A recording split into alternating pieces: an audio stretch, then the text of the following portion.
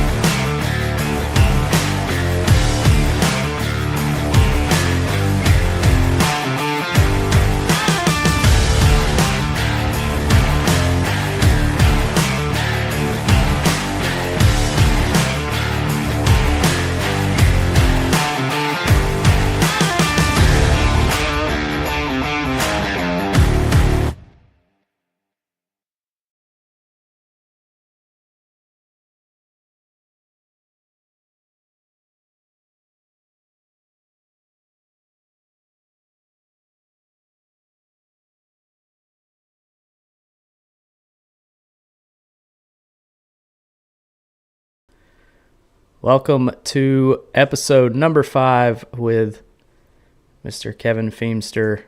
I'm Ryan Pinnell, your podcast host. Kevin, how you doing, buddy? I'm doing good. Just another day in paradise. Yep. Sorry, I'm trying to get this. There we go. All right. There we go. Now everyone can see us. Yeah. It's only my 5th episode, but I'm learning as we go. Got my new Ryan Blaney. Crawl before you can walk. Yeah. Got my new Ryan Blaney flag. Got the new mic, the podcast mic, so hopefully I won't be quiet like I have been the first 4 episodes. So if you're watching, let me know in the comments. Make sure our volume's good and all that good stuff. I need a producer. That's what I need. I need somebody listening to be a producer. Someone not on the camera. Yeah, exactly. Because I can't watch it because obviously then it would just play back through the stream. So this one also will not be on Spotify. I'm going to get that figured out here pretty soon, but we're we're slowly getting a little bit better. We got Cody's making me an intro video for this Oh, no kidding. podcast as well. So I'm choking on a French fry. Oh man. Well, it's weird, me and you having a podcast where we're not planning to burn the world down as we do it. So, and a little different. Your first guest appearance. So, good to have you though. Yeah, I'm glad to be here, man. I'm used to being in charge of these things, so the pressure's off of me. It's all on you now. So. Yeah, and I fuck shit up all the time, so it's just another Friday night for me.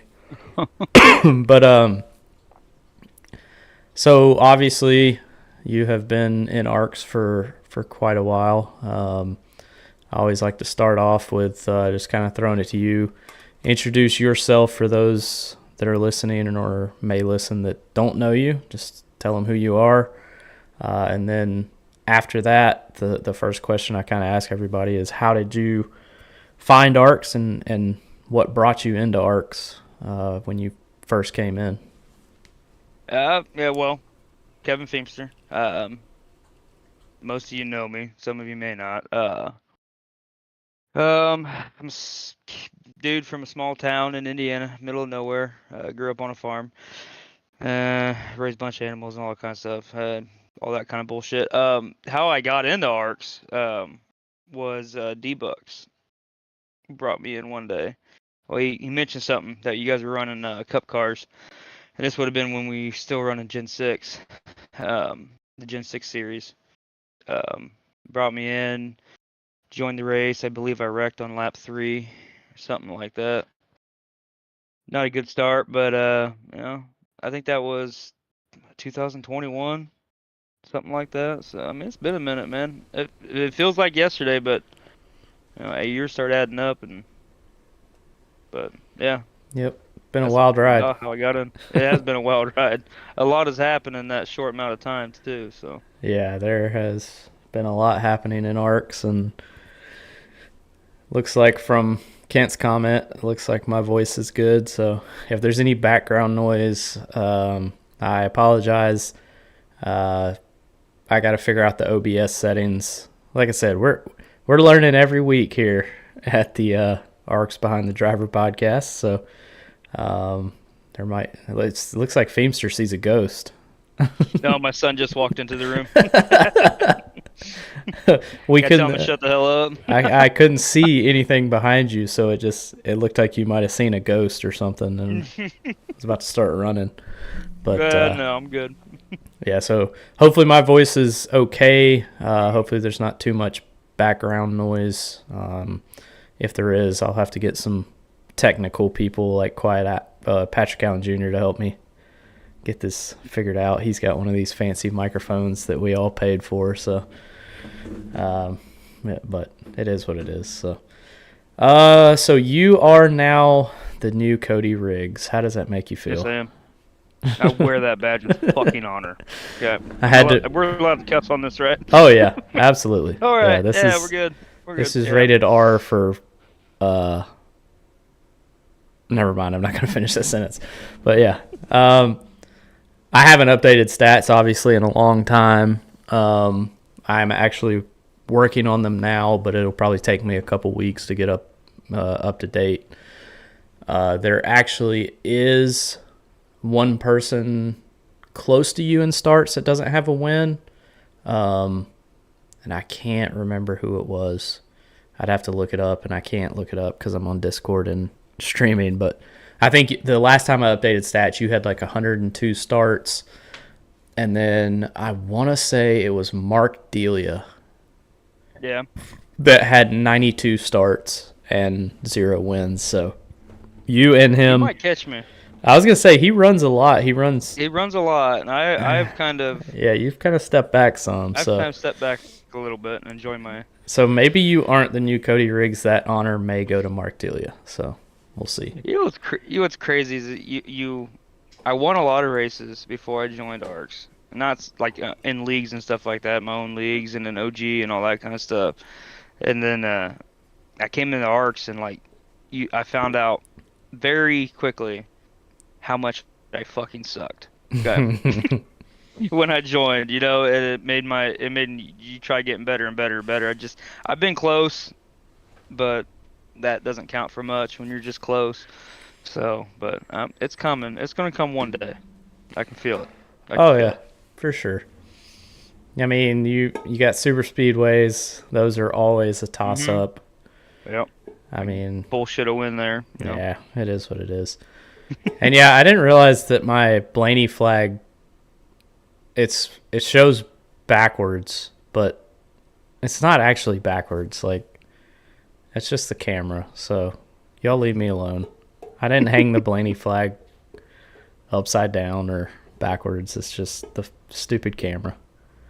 Just how it is. I mean, my Yeah. shit on my shirt's probably backwards too, and Actually, it's that's not. it's actually not. Yeah, I don't know. I think it's because. Oh, I flipped my shit on Discord. Well, I need to do that. I need to figure out how to do that. Yeah. I'll do that for next episode, so the flag actually looks like it's not backwards. But if I turn around, I mean, it's not backwards. I see you on Discord, and it's right on Discord. So, Yeah, but see, that's the thing is it flips it on Discord, but because I'm streaming my camera on OBS, it's backwards. So yeah, yeah, like Kent asked me to raise my right hand. This is my right hand, but I raised mine. yeah, We're but probably showing opposite. we are. So I guess I need help with that too. So yeah, here I'll raise I'll raise my right hand here, and then it'll be the right hand. There it is. Yeah. Jesus Christ. All right, so tell us a little bit about. Obviously, you had an off-season series OAP. Yep. Tell us about where that kind of the idea where that came from, and if we'll ever see anything like that again moving forward. Yeah, I kind of missed OAP a little bit this last winter. That started right before we switched over to the Next Gen series. So before last season in the Next Gen series, and what you guys were doing, like with the draft and stuff like that, I was like, man, let's almost have like let's do like a test run. We'll pull the draft out, we'll do the stages, we'll do all that kind of stuff. Shorten season, and get some of these, guys and gals into the next gen car before we actually bust out into a full season of A squared. And honestly, it kicked off with flying colors. You know what I mean? It ran really good. That series ran really good, and it's like, all right, cool. We got something good going. Then we kind of took a break because once A squared kicked off, and we ran every once, some fun runs, we did some of those off-road trucks. Those were a blast. But then I kicked off probably my favorite series I did in OAP, probably the favorite series I ever put on, and that was when we ran the SS cars, the Chevy SS Cup cars with 1,000 horsepower, sons of bitches, and Yeah. we were holding on. I mean, if no one has ran those, if you didn't get a chance to run that in OAP, fire that car up and go put it on a 1.5 mile, 2 mile track and hold on tight, because that is a nasty car. But OAP is good. I'm maybe in the future I might bring it back. It's dead right now. Mm-hmm. Um, I believe I just killed the Discord, but Yeah. I just fuck it. I'm I don't done with blame it. you. I've thought about And killing ARCS Discord at least 2 times a week. yeah, yeah. It's just like it seems like the older I've gotten, the last year I've kind of cut back on a lot of stuff. I cut back on racing a lot during the week, and I didn't feel like dealing with that crap anymore and trying to run something. I'd rather just let you run a league and I'll racing it. Yeah. So, I'm glad everybody seems to think that, because I'm getting sick of this shit too. So no, but I mean, you make a good point. I mean, we all have lives, we all have families. yeah, Life comes first, and it was a lot easier when we were all stuck at home, yep, with no jobs, no, nothing to do. So now it's, everybody's back to normal, the world's back to normal, and it's a little bit harder for us to all race, 6 nights a week. But Yeah. some of us still do it. Me Yeah. raising my right hand. Yeah. I mean, fuck. Hell, when we were both unemployed there last summer, I raced a lot then. But Yeah. uh, Yeah, I remember that. I got That that was new. good times. I got that new job, and it kicks my ass a little bit, but Yeah, I feel you. it pays the bills and more, so I'm happy. Yep. But Ever since I moved up here to Michigan and started working 6 days a week, it's hard to come home and race every night and have everything else going on too. It's tough. yeah, yeah, And that's not just me, that's everybody. I mean, everybody deals with it. And then, you have days where the Discord is nice and quiet and nothing's going on. And then you have days where all hell breaks loose. So, yeah. like today. Been happening a lot lately. Yeah. Yeah. Yeah, like today with TNT. That was fun to read. That was a fun read. I haven't made it all the way through it yet. I need to finish reading that bullshit. Yeah, there's only like 800 messages, I think, that you have to read. Yeah, so. I've seen that. Yeah. You get on your phone and you Maybe an hour click and a on half. something and you click on something where you left off and you look up above and it says 200, 300 fucking messages to read. And, Yeah. Yeah, that's where somebody off. That's usually where I just skip to the end and just go, well, hopefully I didn't miss anything important. Yeah. Yeah, and miss one of those no words, and skip right over it. Yeah, Quiet's good about using those no words. Yes, he is. Yeah, I think he's been banned 3 times since I've been in ARCS. Yeah, more than that. Yeah, maybe up to 4. Yeah, maybe 4 now. This podcast is sponsored by High Noon Peach. Not really, but it'd be cool if it was. Yeah, in Busch Light. But this is probably gonna be really loud now with my super mic. Oh, I heard it. Yeah. Yeah, it cracked. That could be in a Busch commercial right there. Busch. Fuck, I don't even remember what I was gonna ask next. So obviously last year you were on my team. I was really hoping I was going to be able to pick you up this year, but it didn't work that way. So obviously we've only ran really one, full points race. Right. Tell us about your new team. You're on Prophecy, right? Yep. So tell us about how that happened. Did you get any DM, any message from Mr. Withers, or did it just kind of happen and you were like, all right, here I am? Yeah. Prophet messaged me about 2 minutes before the draft started, and right around there, it might have been right when the draft started, and he just simply asked, "Are you planning on racing full time this year?" And I said, "Yeah, buddy." And I didn't hear nothing back from him, and it got to like pick 7 or something like that, and he goes, "Well, hopefully you're still there." And he picked me at 9, and it's kind of neat, because there's was there 4 owners in A Squared that I've met personally. 5. See Me, Lurkin, Withers, Jeremy, Seth. Yeah, so there's 5 of them. So Yeah. it out of the ones and nothing against anybody else, but like when you have that personal, you met somebody like personally and stuff like that. It's like I went from running with you last year, and I mean, were we great? No. I mean, we were. No, we weren't. We were competitive. I mean, we were both, sitting there in playoffs, but and stuff like that. But it was a good dynamic. We had a good relationship, and you abandoned me this year, which is fine. No hard feelings. Fuck it. Hey, I didn't abandon you. I just, But no, I'm glad. I mean, I'm glad to be on Prophet's team. Prophecy Motorsports. You have I get David Wright in there. I know there's some bad blood. We had some podcasts about him on Unfiltered Dirty Air, but you sit down in Discord and you get to know somebody at a little bit more of a personal level. Not all the outside noise, and you find out they're actually a pretty pretty cool person, good, good driver. Um, and yeah, I'm happy where I'm at. I still get to rock the 21. Um, sorry, Davey. Good luck, man.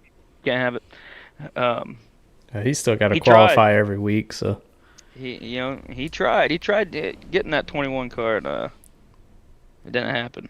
But well, at least he maybe didn't next pay year, man. $20 for it like Lurkin did when Quiet was in the 19 and Mm. made he made Lurkin pay him $20 for the 19.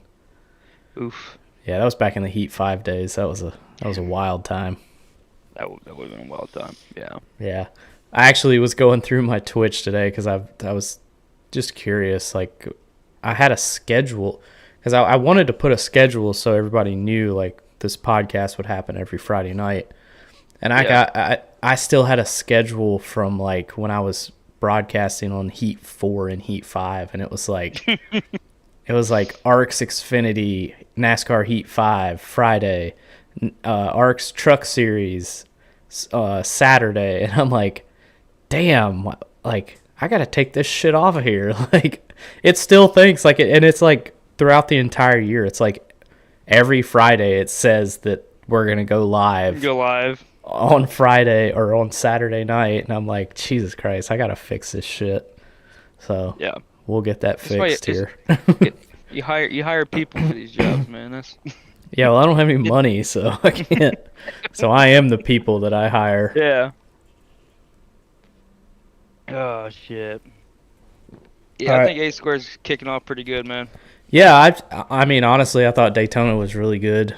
Oh, fucking perfect, man. Yeah, Fucking it's perfect. a couple wrecks, but nothing, I mean, nothing over the top. what we have 3 natural cautions and then 2 stage cautions. Was that what it was? 5 total? Yeah, it was 5 total. There was, the 2 stage breaks and then 3 other wrecks, which were just, I mean, one of them was literally just 2 drivers going for the same space and collecting, some other cars. One was a very aggressive move by, you were involved in that. You almost made it through, though. You almost made it through. Yeah, that fucking last one. I was like, I'm sitting there talking, oh, they're wrecking behind me. Yeah. I'm looking in my mirror, and next thing I know, I get Blaney hooked right into the fucking wall. It's like, fuck. Yeah, I think that was actually my driver, Lilac, that she got turned by somebody. I don't even remember who turned her, but I didn't know who it was. It was like a white or silver car. It's all I just seen a glimpse of it. Yeah. And into the wall I went. It was rough. Man, I that race was, God, dude, me and Tom Sears were there at the end. I was so nervous. Like, I mean, my heart rate was probably 190 beats per minute there at the end. Nerve-wracking, coming to 1 to green, and Lurkin just coming out of 2. Lurkin went way too low, and I went with him, and LaJoy got a hell of a run, and he went to the outside. Yeah.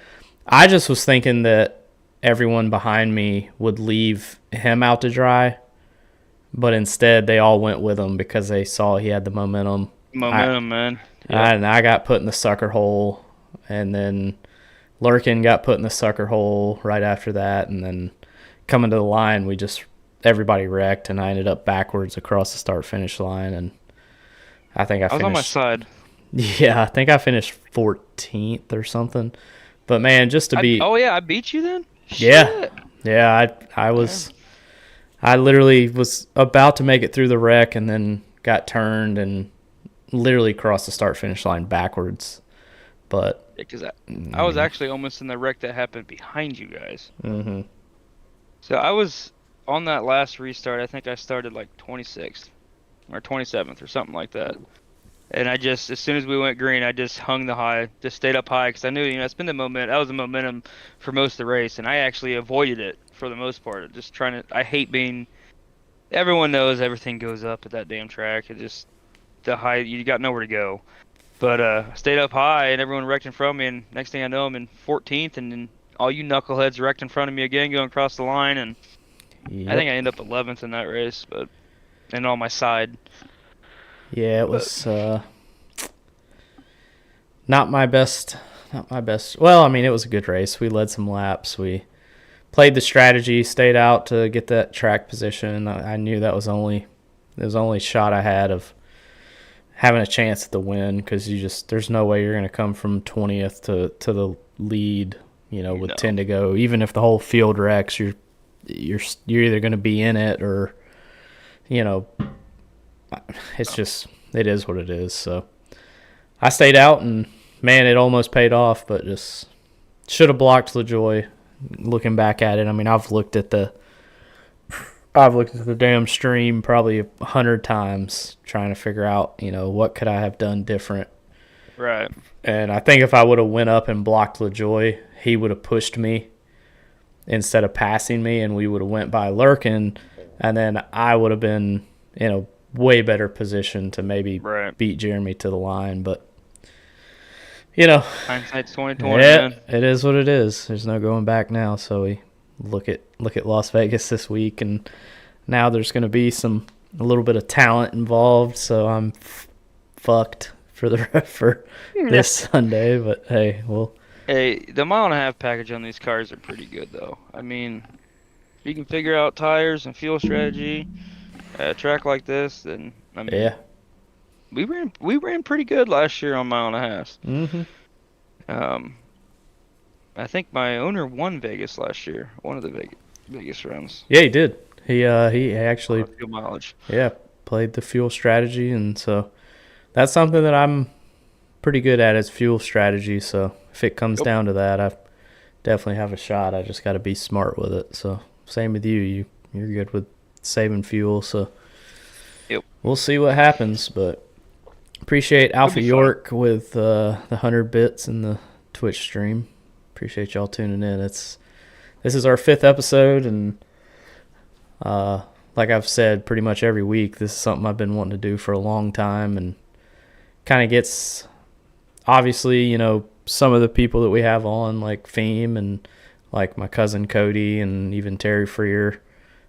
We've known those people for a long time, but last week we had Connor Knowlton on, which really nobody really knows much about him, and so it's cool to get to take the helmet off, the virtual helmet off, and talk one-on-one.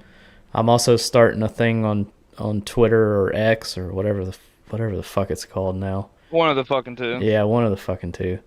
I'm tweeting at Ryan Blaney every day until he comes on my podcast. So shit. We're on day 2 right now, so we'll see how long it goes before I just completely lose interest. And I also will settle for Haley Deegan or Natalie Decker. So we got some goals.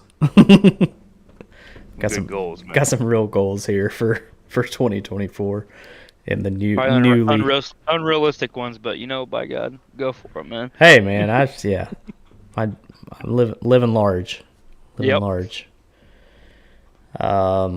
So this is one of the more popular questions that I ask everyone. It's a 2-parter. Yep. First one is, who is your favorite driver to race with in ARCS? Second one is, who is your least favorite driver to race with in ARCS? Oh, man. You got so many good people in ARCS, but if there's, I have probably echoed this since the first week I was in ARCS. Donald Ray Jacket is probably my favorite person to race around and race with. Dude is just respect. He doesn't. He's a good dude, good racer, and he's a respectful dude. But he's someone that will actually help you with stuff. You got questions. He's a very good racer, man. So I've always enjoyed racing around him. My God, who's annoyed the shit out of me lately in racing, man? It's like I've been off for so long. I don't race as much as what I used to. I've seen some dumbasses, man. Like dumbass moves, if that counts. Man, who's really ticked me off though? I haven't really had anybody that's got on my nerves on Sundays or Saturdays since I've been back. Man. All right, I can come back to my. I'll figure it out. I'll think of somebody. Alright.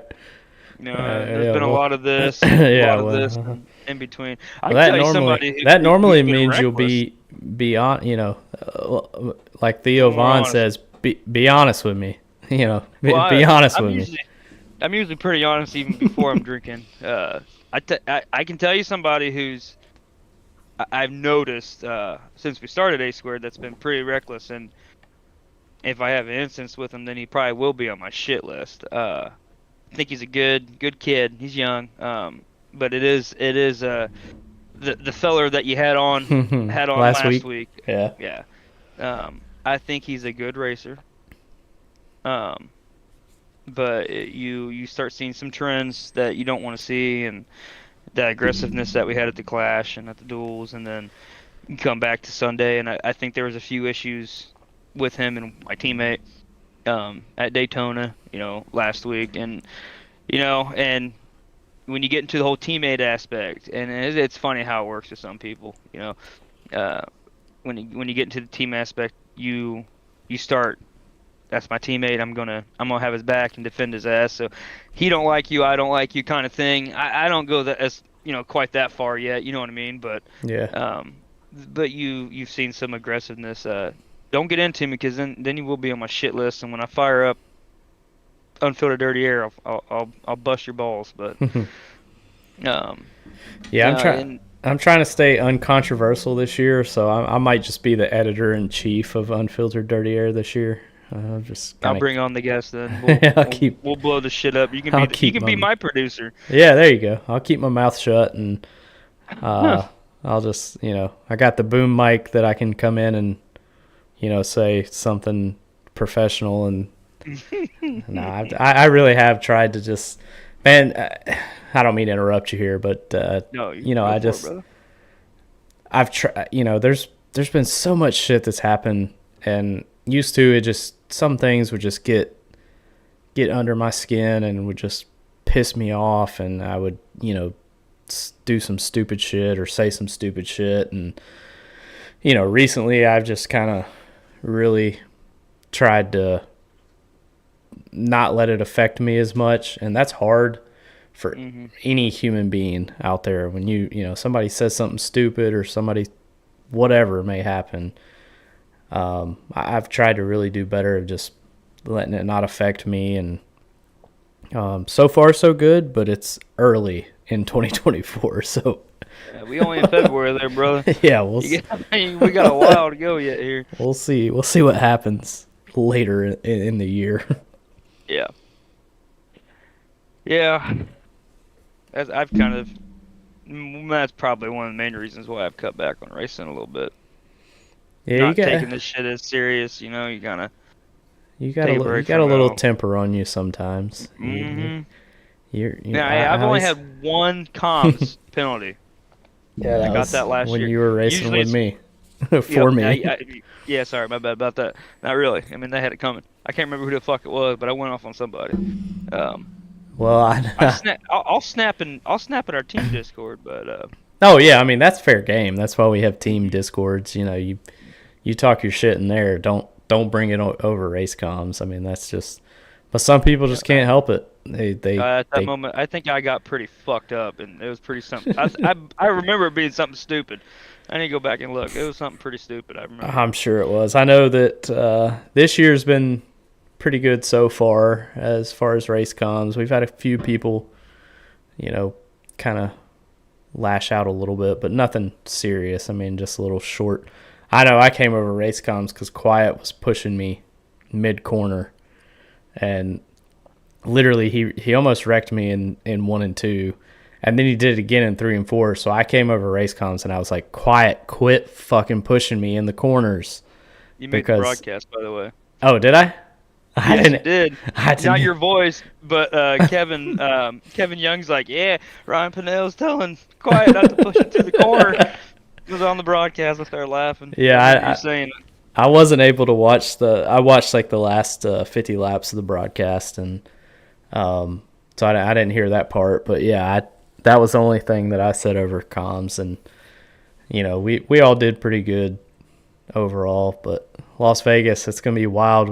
I think we got like 32 or 33 checked in right now, so I'm sure there'll be some people check in tomorrow and maybe even Sunday morning. I think we'll probably be close to a 40 car field, if not more. But bring it on. Yeah, I'm ready. I mean, makes it even better when I finish 20th when there's 40 cars out there.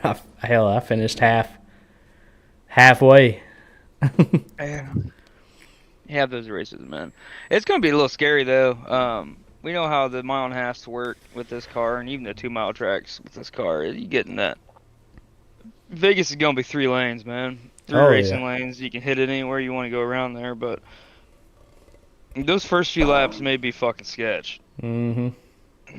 One of those things I'm gonna try fucking pushing out as far as I can and get some separation, and I might sink back a little bit. You know how I race. Like I don't push shit at the beginning, but it'll be fun. Vegas is fun. It's like the only package they have figured out in this fucking car is the 1.5 miles and the 2 miles. Short track package sucks. Even though Sunday it didn't feel bad, but you just couldn't go nowhere. On iRacing, you couldn't make any fucking moves. You couldn't get that third lane going. We tried. Yep. There's a few of us that had a little bit of momentum, but you get into the corner and you just right on back you go. But yeah. Yeah, Daytona's a little bit harder. Talladega, you can definitely have that third lane, but yeah, Daytona, it's a little tough to get that third lane going without you put somebody in the middle and then they're bouncing around, and you never know what's going to happen. Yep. So that's what we had pretty much coming to the checkered flag, and it was just every car for themselves as we were. Yeah, you compile that with 40 people on track. Which is not a bad thing. It's great. It's awesome to see. It's awesome to see that many cars on track, and having 40 cars on track and only having 5 cautions total, including stages. Man, pretty damn good. Better kickoff. Yep, pretty damn good. I'm just a little worried when we get to our first short track, but hopefully it won't be too bad. But we'll see. It'll weed itself out. It'll weed itself out, man. All right, so I'm going to just go ahead and jot down that your answer was Connor Knowlton. I think that's probably the third guest that we've had that said Connor Knowlton. So get together, bro. I'll be honest with you. He was a cool. I mean, hey, I was. He's a cool cat. He's good. I was. That's what I say every time I do these damn podcasts. I'm always so nervous, that. Obviously, like with me and Cody, me and you, I mean, shit, we could sit and talk all night long. But some of these, guys that are on the podcast that I don't know, I've never seen them, I've never talked to them, I've never met them, I'm like, shit, man, I'm going to get 15 minutes in and be like, all right, well, thanks for coming out. See you next week. Thanks for joining me. I don't fucking know you. Yeah. But hell, me and Connor talked for a little over an hour, and we could have kept going. The one that really surprised me, honestly, was me and Dale. That was a great podcast. That was a really good that was probably the best podcast I've done so far. I just and going in, I was still nervous, just like, oh shit, I don't, I've talked to Dale a little bit here and there, but like, I don't know him. I've never seen him. I've never really sat down one-on-one with him. That's kind of scary when you're sitting down with a person and it's like, all right, I got to talk to you for an hour. Like, and hell, it was the best podcast we've had so far. 100%. That was a great podcast. Yeah.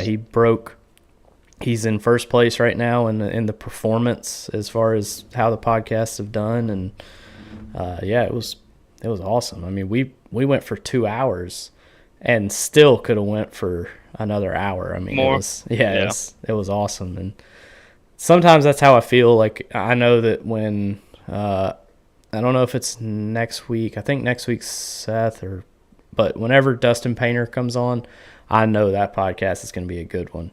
Oh yeah, D-Bucks, man. Yeah, He brings it. I love that dude. he's he's always got something to say, and he tells the truth, and it's can't really argue with it. I mean, Nope. it's he's pretty honest, and The trash man, man. yeah, sometimes it hurts some feelings, but you can't really argue with it because it's the truth. I mean, it is what it is. So. But yeah, I mean, this is always, like I said, it's always been kind of a thought in my head that I've tried to do this, and to see it happening is pretty cool. And now on our 5th episode with you, I know you weren't scheduled. I was actually scheduled to be Kerr, but he wasn't available tonight, so you're subbing in. So thanks for being here. I ain't gotta wait 2 months, man. Yeah, exactly. Get it done tonight. Hey, there's like a 2-month waiting list, but I guarantee you if Ryan Blaney or Natalie Decker or... You bumping somebody. Oh, yeah. Somebody's getting fucking bumped. Nah, get the fuck out, man. Yeah. I might have a heart attack if one of them come on this thing. I'm not sure you'll be able to get a word out. You may start the podcast and just freeze. I might just be like... Yeah. Just mix their fucking names up. It all comes out gibberish. Hey, no one understands what the hell you're saying. We have Ryan Deegan on the podcast. I mean, Haley Decker. I mean... Oh, my God. Who are you again? What's your fucking name? Yeah, dude, you got your flag behind your head, man. yeah, look up. Look up, you moron. Yeah, that'd be really cool if I got him on here and he sees this championship flag hanging behind me. Hanging behind you? Yeah. Luckily, he'll see it normal, but the rest of the world won't. It'll be fucking backwards because, that's Discord and OBS for you. But, So another question that I ask a lot of people is, what's one of your favorite finishes to a race in NASCAR? Oh, it has in NASCAR, like real life NASCAR, or like in like A squared, or like real life. Like ARCS. Yeah, real life. Ooh, real life. It's Mark Martin at the Money in the Bank race, way back in the day. It was such a cool race. I believe that was when they ran Martinsville for that, the $1 million race, whatever it was. I know Richmond. I know Richmond was on it for a while, but maybe it was Richmond. That was.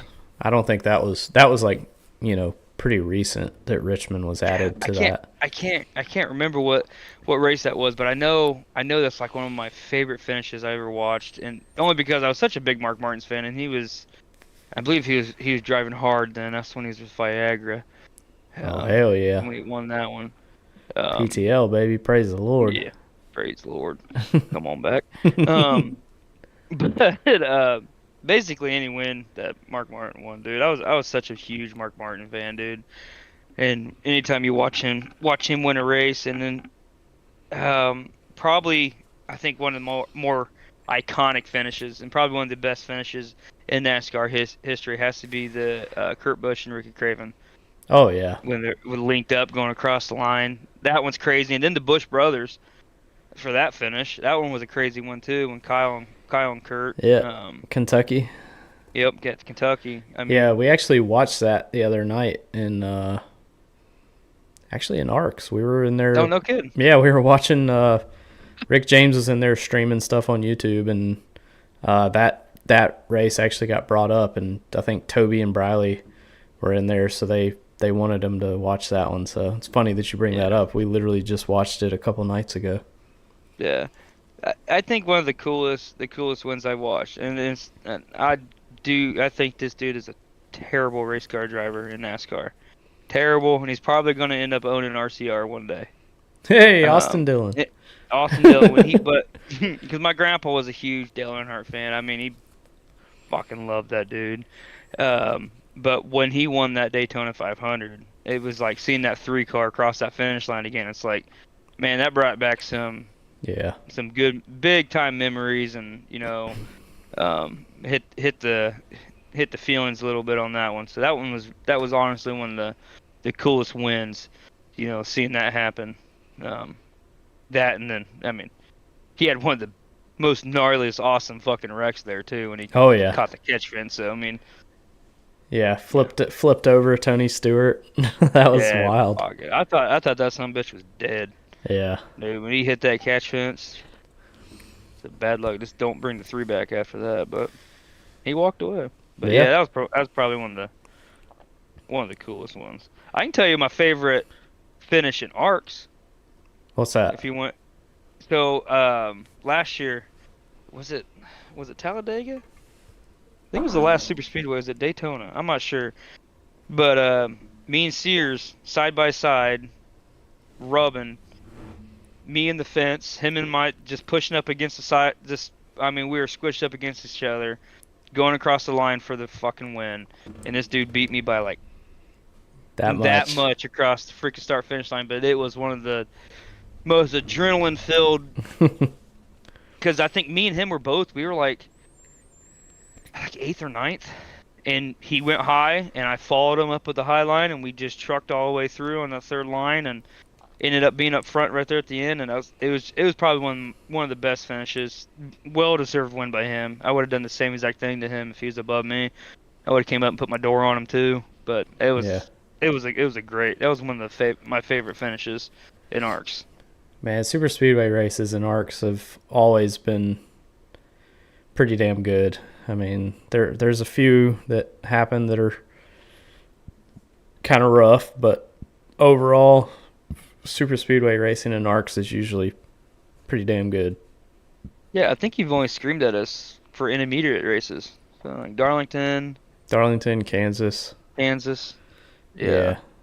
Yeah, yeah. We got our asses reamed. Yeah, I mean, Ryan reamed. you gotta do what you gotta do sometimes. You Yeah. know?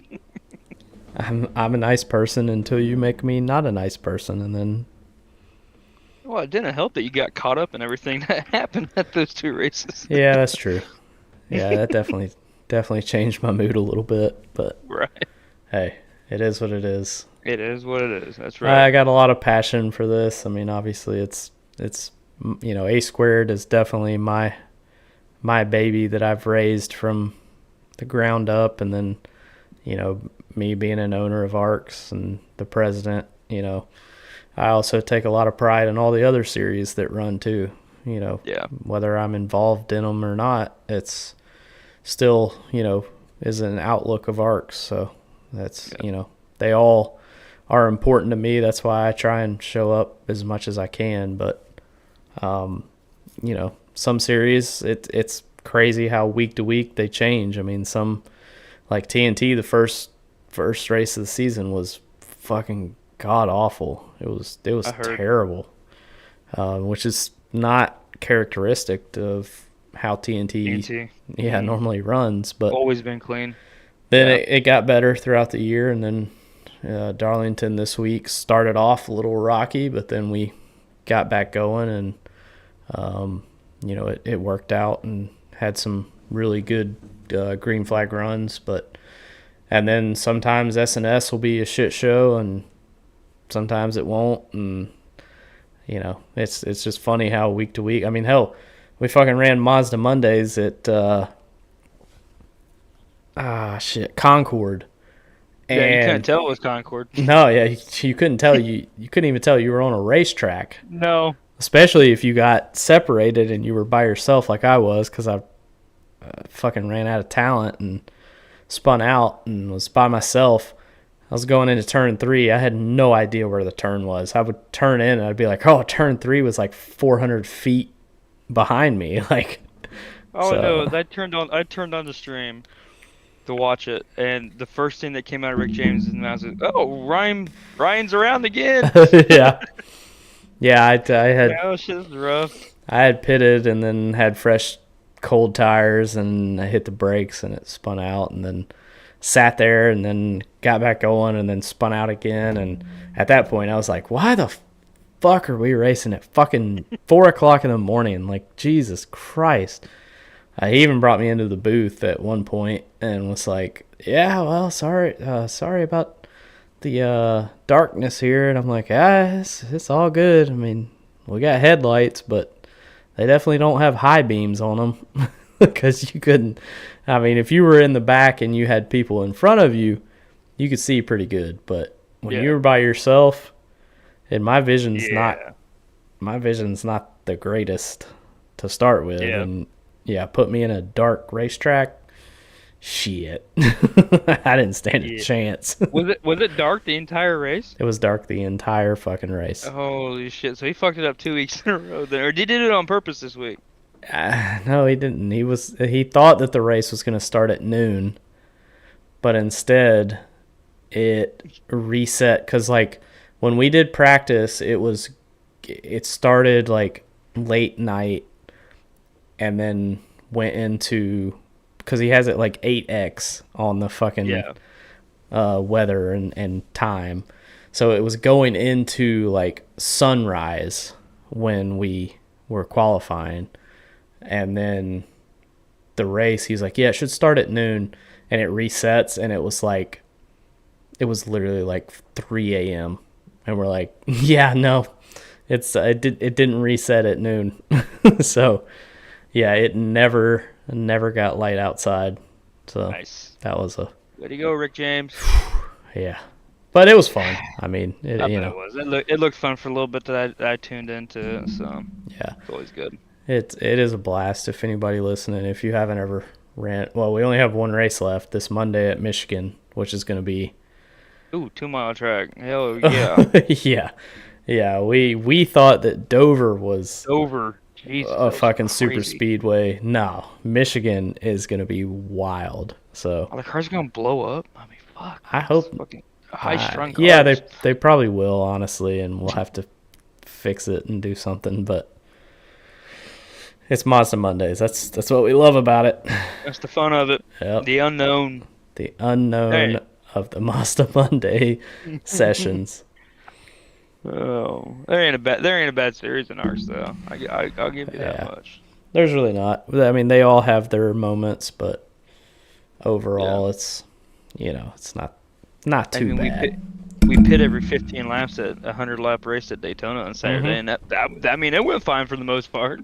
I mean, yeah, I hated that we had to pit that much, but hey, added that little extra strategy to it, but yeah, it is what it is. I gotta piss. So how about we take a piss break and then we come back and we resume? Sounds good to me. All right.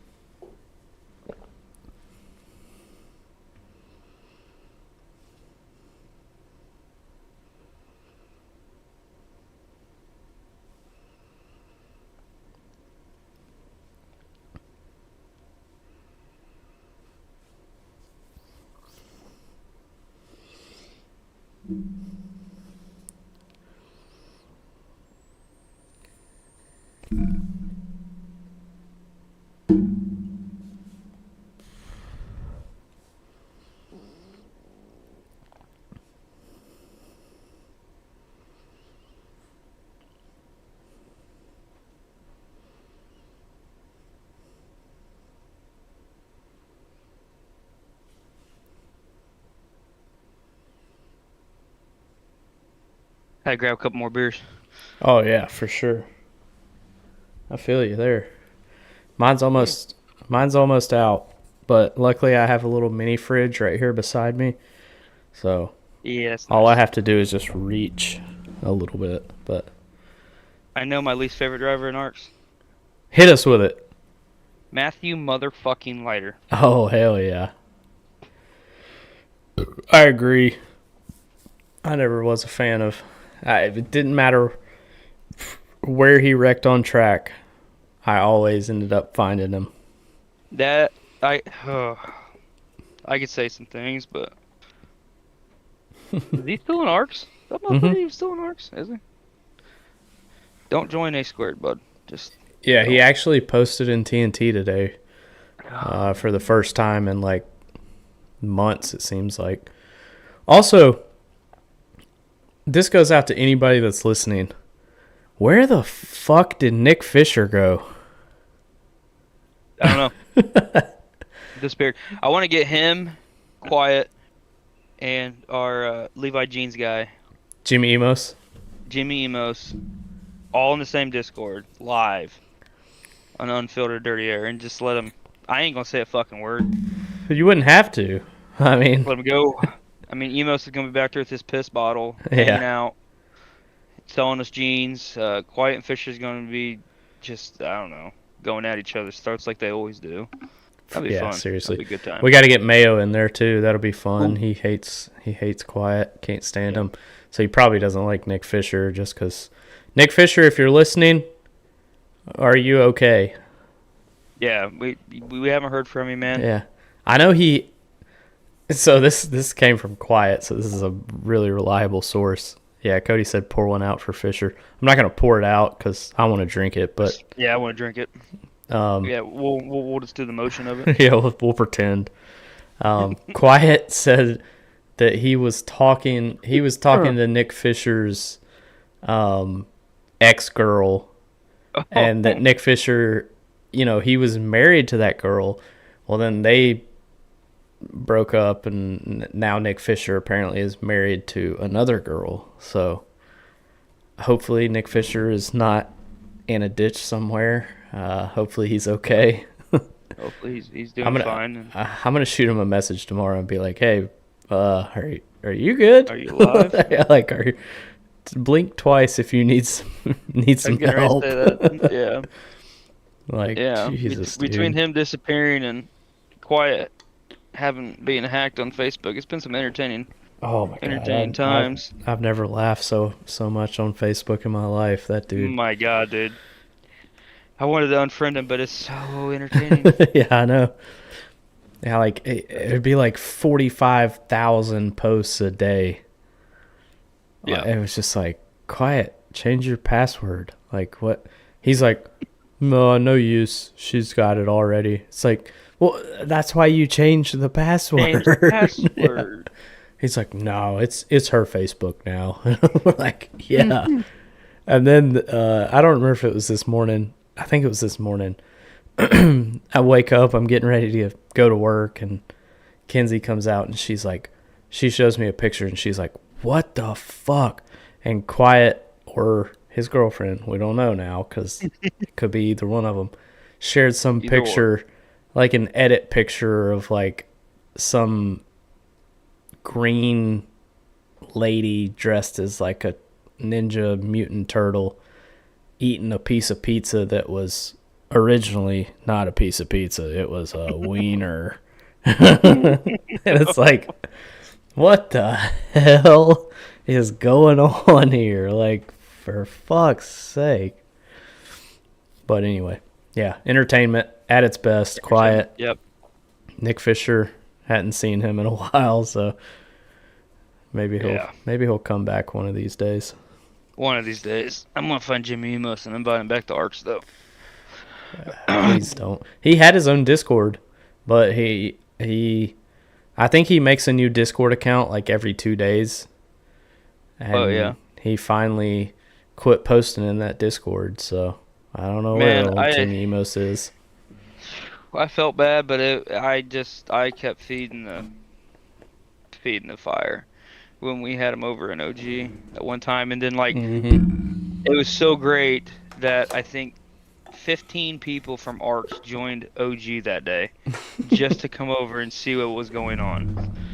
Um, God, that was a good time, man. That was like 2 years ago, man. My God, That was a fuck is long the time time ago. gone? I remember, I remember because I used to race in OG, and does OG even still race anymore? Like, Yeah, I think they got a few races that I going on. I think they're running trucks and stuff like that. But well, man, I know, the trucks is actually the Prestige well, banner. funny thing about that, like one of the owners shut Prestige down Oh today because damn, I just got a new notification for they had to restart their Discord and shit like that today. So something happened. damn. Yeah, I didn't know that.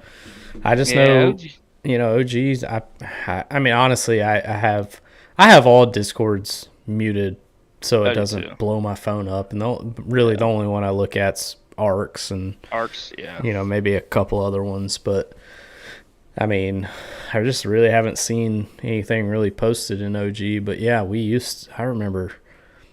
But I remember. I think I joined OG literally the race after Jimmy Emos had apparently pulled out of pit road right in front of the leaders, yeah. He and Kevin LePage the entire field. I didn't, obviously, at the point at that time I didn't know who Jimmy Emos was. I just thought it was a regular dude. I had But no he ain't idea. no regular Yeah, dude. I had no idea, and then as I raced week after week with OG, I started to understand who Jimmy Emos was. So Yeah, shout yeah. out to Jimmy Emos if he's out there on Facebook.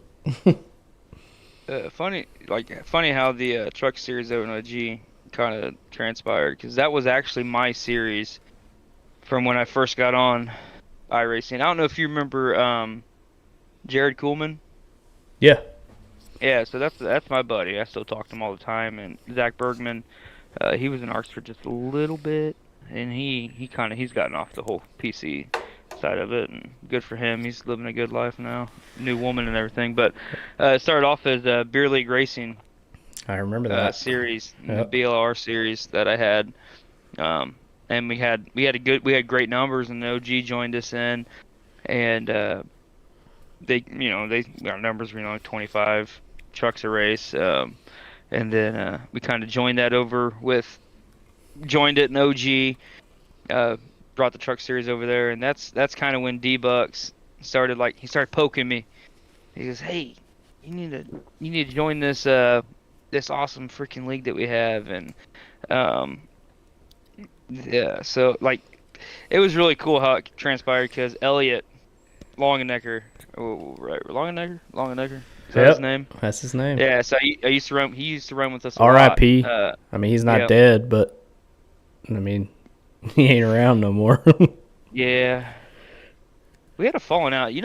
That's a weird story with me and him. Like, we were actually really cool, and then we ran that damn ARCS versus OG uh race, Yeah. and OG won that bad boy. And I messaged him and said, "Hey man, it's all right," because we kind of door banged, and whatever. And he started whining to me, and I called him a bitch, and then Hell I yeah. haven't talked to him since. I mean, I I have come at not. I come at somebody with respect, and they're gonna, Yeah. Call yeah, you a bitch. Yeah. yeah. All right. Well, I'll all show right, man. you. I'll show you. I ain't quiet, but man, this is No, it's I it's will. funny. I will say, Elliot. I haven't talked to Elliot in a long time, and he's still in our. We have a team side swipe Discord. That it's mostly my family. The Yeah, Samuel Roberts, Daniel Roberts, Kobe, Cody, but some of the original side swipe members like Jeremy and yeah, Reynolds and all them. But Elliot's still in there, and I know this has probably been about a year ago. He was going through some health issues. He was yep. in pretty rough shape there, so I do need to reach out to him and make sure he's doing all right. I know he was in the lawn care business, so I know it was pretty slow for him in the wintertime, obviously, because grass doesn't grow in the winter unless you live in Florida. But he was up there in Washington, so I don't think the grass grows too much during the winter up there. So, but yeah, I need to reach out to him because it's been a while since I've talked to him. Yeah, it just kind of sucks how that whole thing transpired for me and him because we were cool as shit with each other. Yeah. Yeah, those how life goes sometimes. Those league versus league races, man, it's a good idea in heart. We've done a few of them with ARCS. Yeah. So we did the ARCS versus OG. We had a quad, what we called a quad bash, where it was us, Frozen Toes League, Shake and Bake, ENEA, and there was one other one. I think it was Randy Henshaw's league.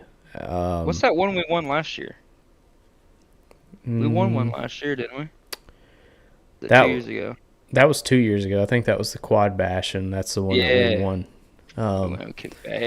But even in that one, I mean, people were bitching and moaning and complaining. I mean, it's so difficult when you want to do something for a good cause and you want to have, a race against other leagues, but you're introducing people that, obviously 25% of our team, we knew, we're going to be together because we're a team. But those other 75% of people on the racetrack, you have never fucking raced with before. Yeah, you don't know if this person is aggressive. You don't know if this person's, going to run the high side, run the low side.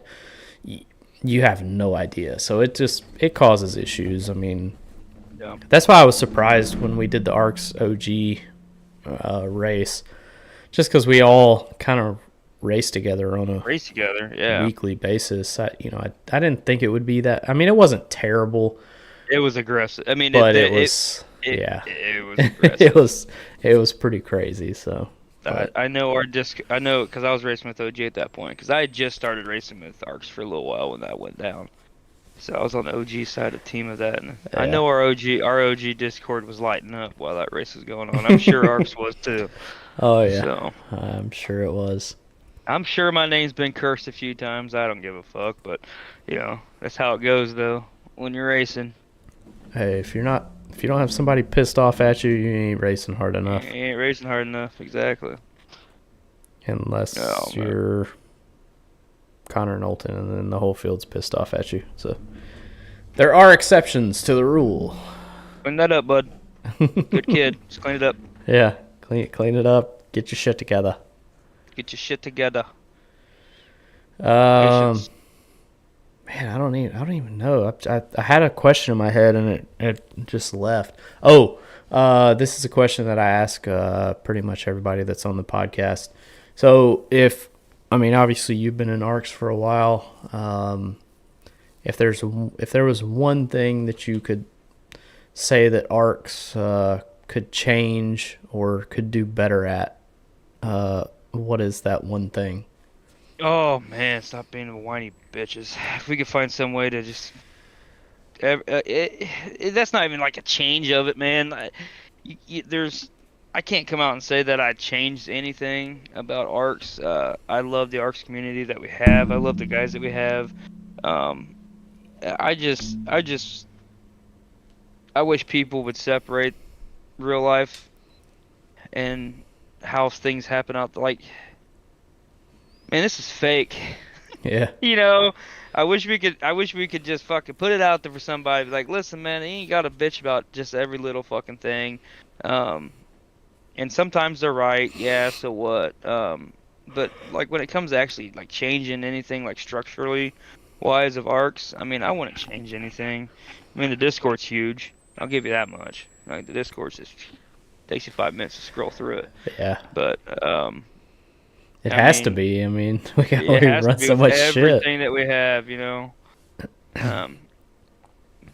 they got rid of my nerds channel. I changed that, but Blame Rick James. Yeah, Rick James went on it, and then he got in delete mode. Yep.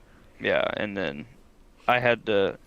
Did you see my bumper a couple weeks ago on Monday night. Yeah. Yeah, motherfucker. I had to do it. Mm-hmm. Yeah, when it comes to actually changing anything though, like as a whole with ARCS, man, it's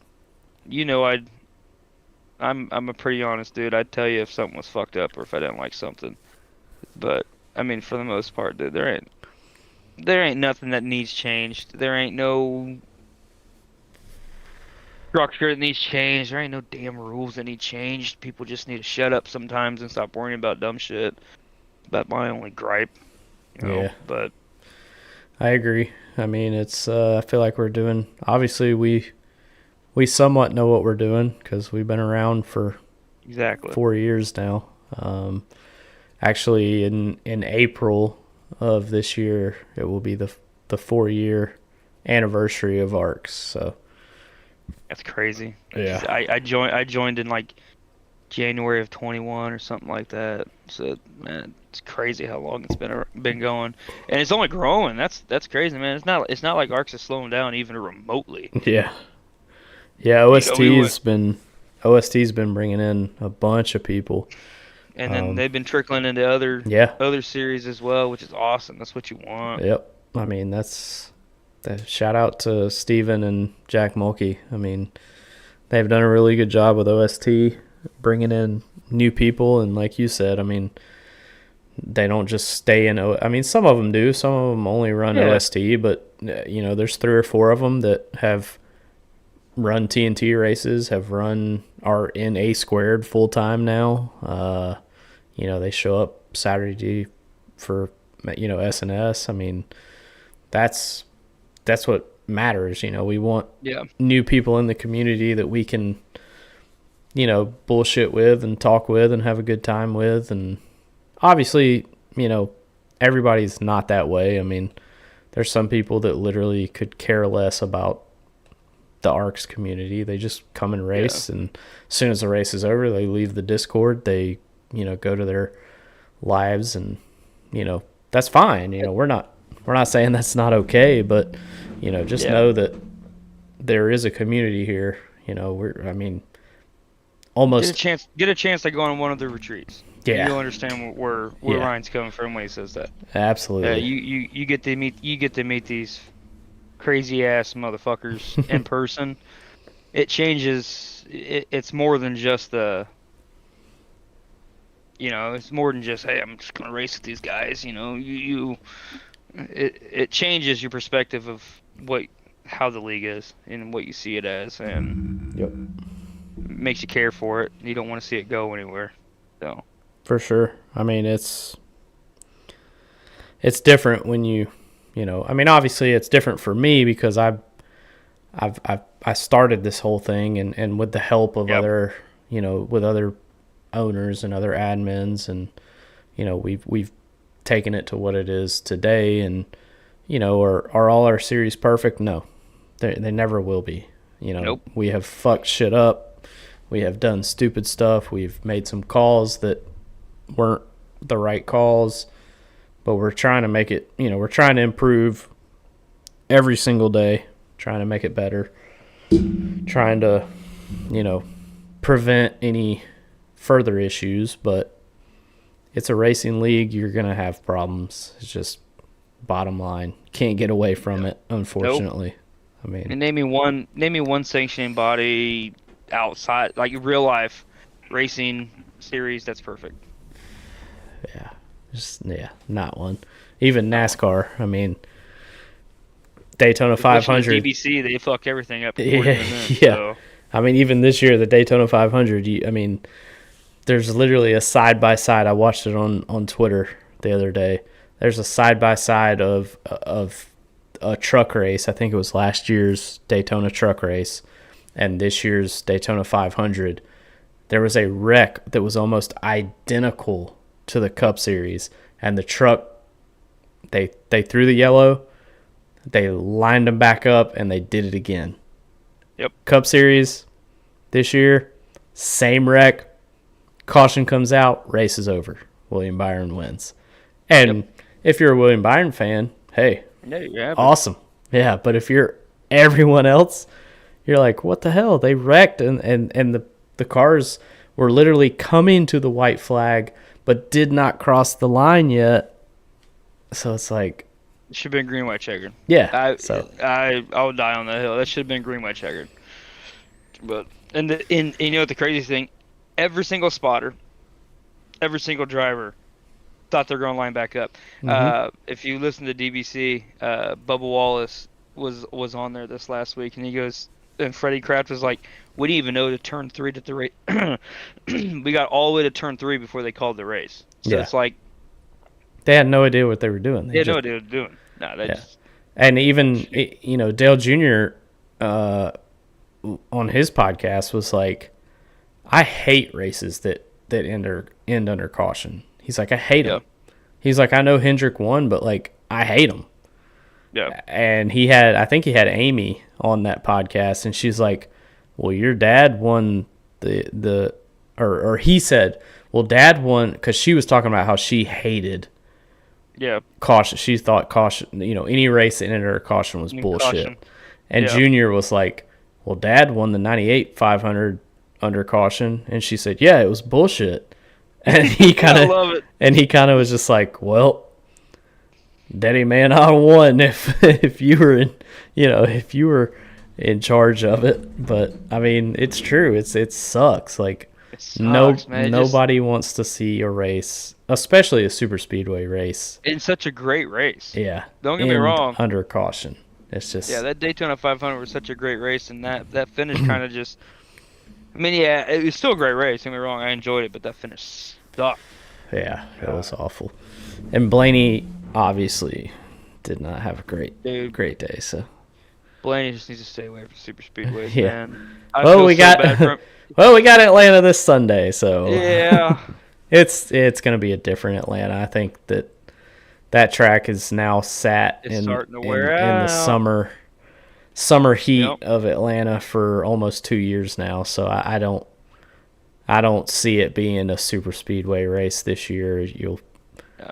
I think you'll really see it. It may be more super speedway-ish this Sunday, but when we go later in the year, when it's warmed up, I think it's gonna have get some heat into that. It's gonna be more slick. Those bumps are gonna start affecting them rear tires. I think it's gonna be a different race this fall for sure. But yeah, we'll see what happens. I'm hoping. I know Cody's going. He said he's hoping to be there in person for a Blaney win. That is something I have still yet to witness, is a Blaney win in person. So, have you witnessed a Blaney wrecking right in front of you in person? I don't think so. God, dude, have your driver wreck right in front of you. Really changes your outlook. I had Mark Martin wreck right in front of me in turn 1, going into turn 1 at the Brickyard, and I think that was like 97 or 98. It was this flake. The flake when they just switched over the body style to that newer Taurus, and you had the flake Valvoline cars like a flaking away. Yep. Wrecked right fucking in front of me, dude. Damn. Oh, it's like the worst feeling in the world. Good Wreck on the other side of the fucking track where I can't see it. Yeah, where you're a little dot. Yeah. Yeah, I've never seen my driver win a race in person either, man. So maybe I'll see it one day. Maybe. Yeah, probably not, though. Don't let this fool you, y'all. Probably the last time I wear this piece of shit car driver on my shirt. Is that Chase Elliott? What the hell? Yeah. You know. When the hell was Chase Elliott in the 9 car? He is in the 9 car, isn't he? Yeah. But not in the Evernham fucking. This was Darlington last year, brother. Oh, the throwback scheme. Throwback, Okay. yeah. I got you. Yeah, I know he's in the 9 car. I'm not that stupid, but I just saw that I paused. I'm like, wait. Be like, is he in the 24? Like, fuck, that is a 9. He is in the 9 car, man. No, I just saw the Evernham 9, and I'm thinking, no, that's Bill Elliott. Chase Elliott never ran the fucking Evernham 9. This is bullshit. Yeah, he should not have won the throwback car that weekend either. Yeah. Not even remotely.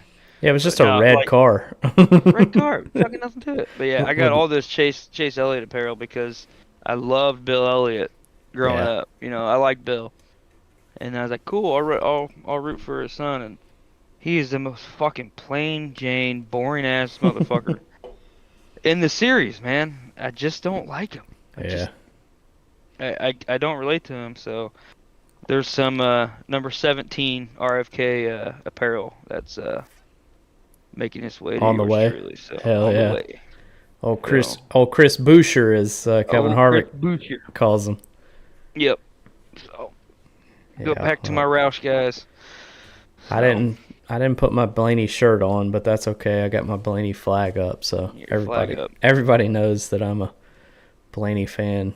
But I was a huge Casey Kane fan, and he did run the Evernham 9 car, Yes, so he did. he was very, very good in that number 9 car.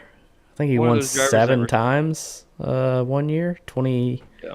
maybe 2006, I think, or something. I don't know. I liked watching him race. He retired too young. He Got out of did. it too young. His heart was in sprint cars. Oh He didn't yeah. want to do NASCAR He hasn't anymore. left it since. He's still doing sprint cars. Yeah, So he's got a very, very competitive team.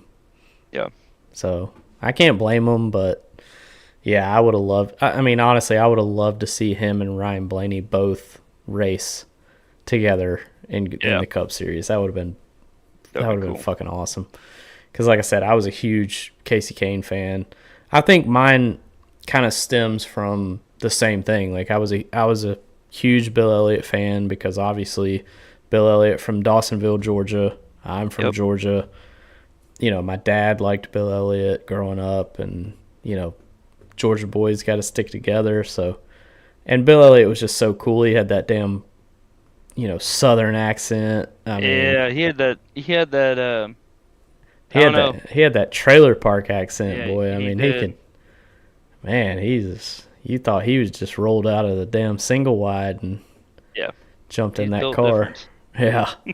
But then when he left or retired, and then Casey Kane got in the 9 car, I was like, well, no brainer. I'm pulling for Casey Kane now. And I remember he won his first race as a rookie at Richmond, and I was so excited. And then Yeah. he had a few good years, and then unfortunately he moved to Hendrick.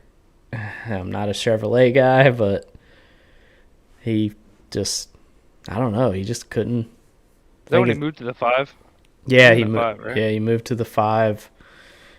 He won a couple races, and then the last race he won, or I'll never forget, it was the Brickyard, and he got out I of was that there. car and he looked like he was gonna pass out. I mean, he looked sick. He looked miserable. I mean, I remember him kissing the bricks, and he just looked like he was gonna puke everywhere. Like that race took a lot out of him.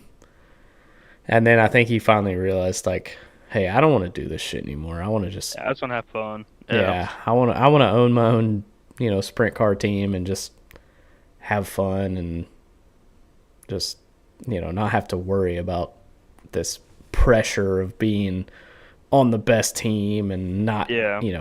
oh, you're not winning as many races as Jimmy Johnson or Jeff Gordon or, whatever. It's like, well, Right. I'll just own my own team, and then I can just do whatever the fuck I want to. So, funny how that works. Yeah, I was at that race that he won the Brickyard.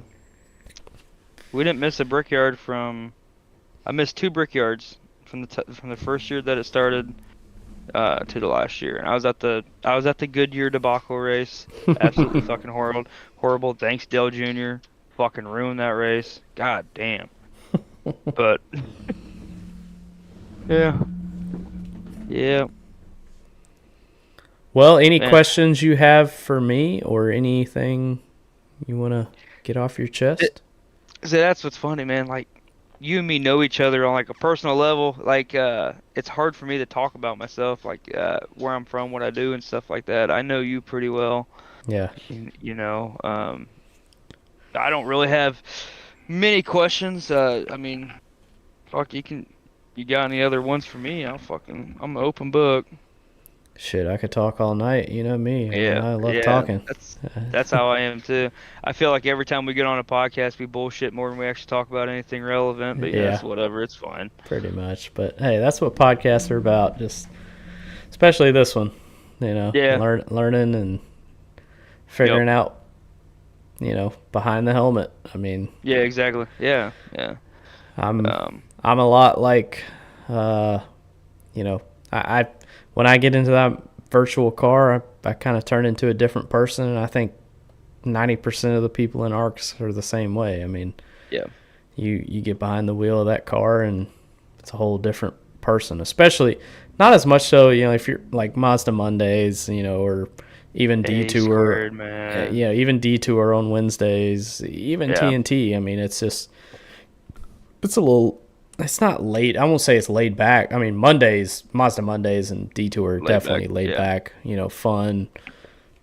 You can drink some beers. Ignition has been super fun this year. We've had lower car counts. We only had 10 tonight, but yeah, you strap in to that damn A squared race, and you got 40 cars on the track, bro. That shit hits different. I don't know. It hits different, man. It was so weird on Sunday, dude. How much nerves I had for a Oh virtual race. I was pacing Sunday, just waiting for that shit to yeah, start, man. It's like fuck. we were in the team chat, and Cody was subbing for Bryn Roberts, and he did a hell of a job. Got Bryn Roberts the points lead after that I was Daytona race. second, Yeah, second, in so, regular points, third in overall playoff yeah, points. and we were all talking before the race started. We were right before we gridded up, and I told them in the chat, I was like, dude, I feel like I'm about to puke. Like I am. And even Cody was like, yeah, I haven't felt this nervous before a race in a long time. So Yeah. there's something to be said there about what we got going on Sundays. I mean, I don't think we were the only ones that felt nervous, going into that race. No. Uh, I don't care. I don't care what anyone says about any certain series in ARCS. A squared is the most like prestiged mm-hmm. series that we have, and it also puts the most pressure on the driver itself. It's the aspect of you can't you can't have stacked up bad races. You don't want to miss. You don't want to make mistakes with that new point, that penalty system that we have Yep. going on and stuff like that.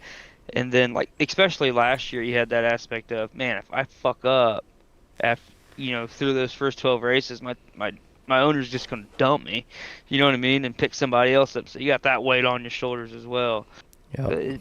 There's a lot of added pressure into it, but God, it makes the racing that much more satisfying when you get a good finish. Even you get in a top 10 finish in A squared, it's like I'm okay with that. Like Yeah. there's a lot of there's so many good drivers in that series, it's crazy. Hell, I finished 14th at the Daytona 250, and I was like, fuck, I'll take it. I Fuck, mean, I was too, man. I was four, martyred back there in 30th with me and Withers were like, man, we got wrecked out like three. I was in every single wreck. Nothing I did wrong, just fucking mm-hmm. collected. And I'm back in the 30th position with like 10 to go. I'm like, man, there ain't no fucking way we're making it back up there. And lo and behold, I finished 11th. So it's Yep. It's how wild it how goes that works at sometimes. super Yep. speedways. I mean, Yep. Las Vegas will be a different story though. That Yeah. shit's. I I got a mean, feeling we're gonna strand it out. I hope Especially that. so. Yeah. There's gonna be half the field that's lapped. It's just Oh yeah, I'll be one of it is what it is. them. Somebody's gonna set those tires to like 315 and tear their shit up by lap 6 and Yep. be completely fucked. So, more power to you. Shout out to Quiet Patrick Quiet. What the fuck is his name? Fucking who knows? I've had too much to drink. Patrick Allen. Patrick Quiet Jr. Allen. He ran a good race at Daytona. He I was did, proud of dude. him. He did That good. that that dude, uh, um, in the almost 4 years, 3.5 years that I've been in ARCS now, dude, he was quiet. I love you, man. You were terrible, terrible when I first joined ARCS, and dude, you've gotten Yeah. so much better, man.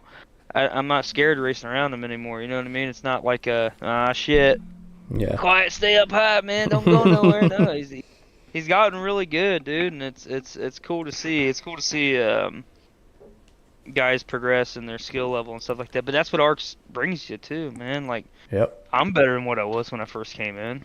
Oh yeah, You me know, it's too. just I mean, you race around some of the best in the business, and yeah, it only makes you better. I mean, yep, there was no doubt about that. I mean, I remember when we started. I mean, we all were kind of learning, figuring out what the hell was going on, and now, I mean, some of us have improved more than others, but it's yeah, crazy to see just how it happens, throughout the years. People get better. Some people, they only race 1-2 times a month. They get yep, left in the dust. I mean, yeah, the perfect example, I'll call him out, Davy Jones, old David Houck. When we were on heat and even first starting on iRacing, that dude was pretty damn fast.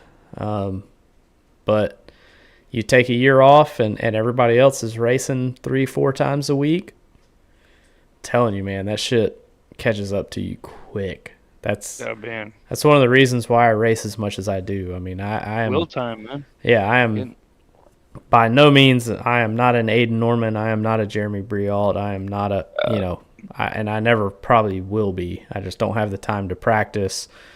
I have a life outside of ARCS that, Yeah. I'm not going to sit and practice for 30 hours or, some crazy shit. Fuck that. No. I Get come much to, beer to drink. yeah, I come to the race. I'll do the 2 hours of practice that's in the session, and, that's why I finish 18th, 19th every week. It's just, that's what it is. But, fuck, I forgot where I was going with this, but. No fucking clue, man. I can't help you. I'm listening to you, and I understand what you're saying. I understand the words that's coming out of your mouth. I have no idea where you're going with it, though. I don't either. Shit, man. Well, I think the whole point was, fuck. I don't know what my point was. I think we've entered the, as Quiet likes to call it, the darks after arts.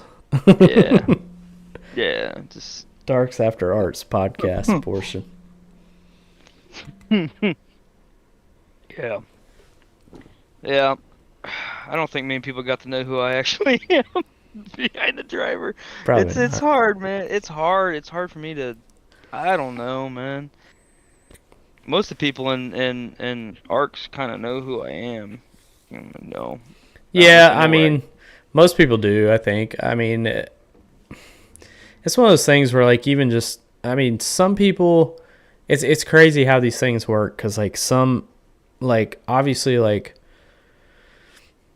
for example, with, like, Connor Knowlton, because I didn't know him as well, I was kind of asking questions because I didn't know.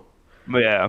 And with you, and especially, like, with Cody, I mean, I've known Cody since he was a baby, like, so it's hard for me to ask those questions because in my head I'm like, well, I already fucking know him, but I have to, like, kind of get over that and be like, well, I know him, but does everybody else know him? Everybody else knows him. Yeah.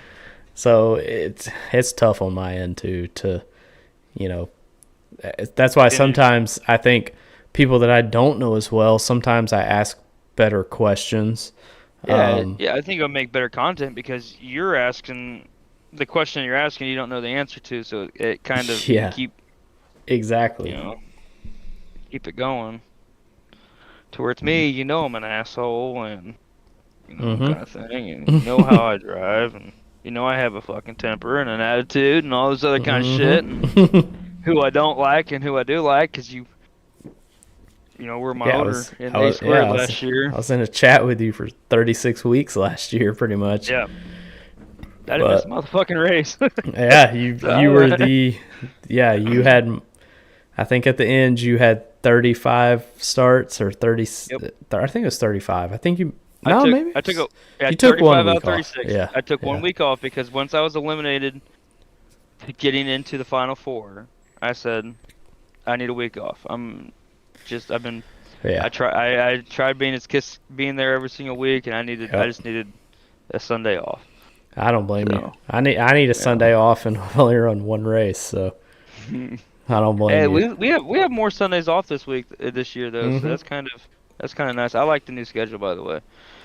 And it was fun Yeah. running all 36 races, but God, man, that's taxing. That's Yeah, taxing we after yeah, we a just while. we talked to well, we we got the input of the drivers and didn't really seem like anybody wanted to run a full 36 races, including myself. So we we shortened it and it seems to be working out. He, Still beer all down the front of me. he Fucking big old forgot where his fucking mouth was. fucking shit, man. It's probably my We've last had one, probably. we've had pretty good viewership so far. We've had about six viewers the whole time. So Fuck yeah. hell yeah, setting records over here. Now if I'm Ryan all Blaney set. gets on this podcast, I better see fucking more than 5 viewers in this bitch. No shit. I mean, we'll probably have a watch party over in Discord. Yeah, Like Blaney gets over here, everybody in their fucking Tom, yeah, Dick, and Harry be over there. yeah. I'll be sitting over here just fucking have my wiener out, just touching it while I'm fucking Yeah, he's just gonna have his head. yeah. You don't know anything that's going on Yeah, you won't down see here. anything down here. I probably shouldn't have said that. Now he probably won't ever come on. God damn. Probably not. Just edit that out. Yeah, Go back in it I don't afterward. think I can. I think it's live, so we're Yeah, kind you're of fucked screwed. then. That's another thing. I don't know if I can record a famous person live. they might sue Might me. pay him. You may have to pay him, man. I didn't think about that. I ain't, nah, I ain't paying him.